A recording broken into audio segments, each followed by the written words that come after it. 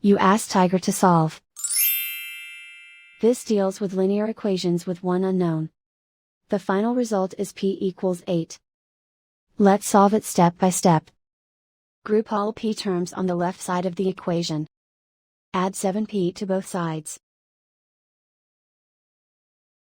Group like terms. Simplify the arithmetic. Group like terms.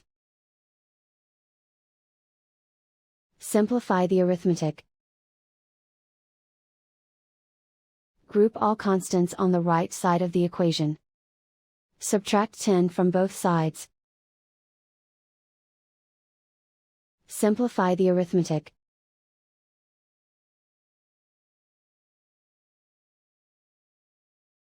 Isolate the p. Divide both sides by -2.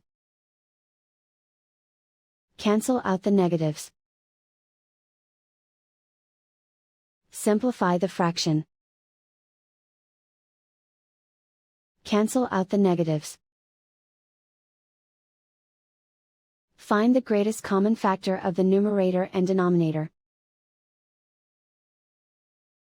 Factor out and cancel the greatest common factor.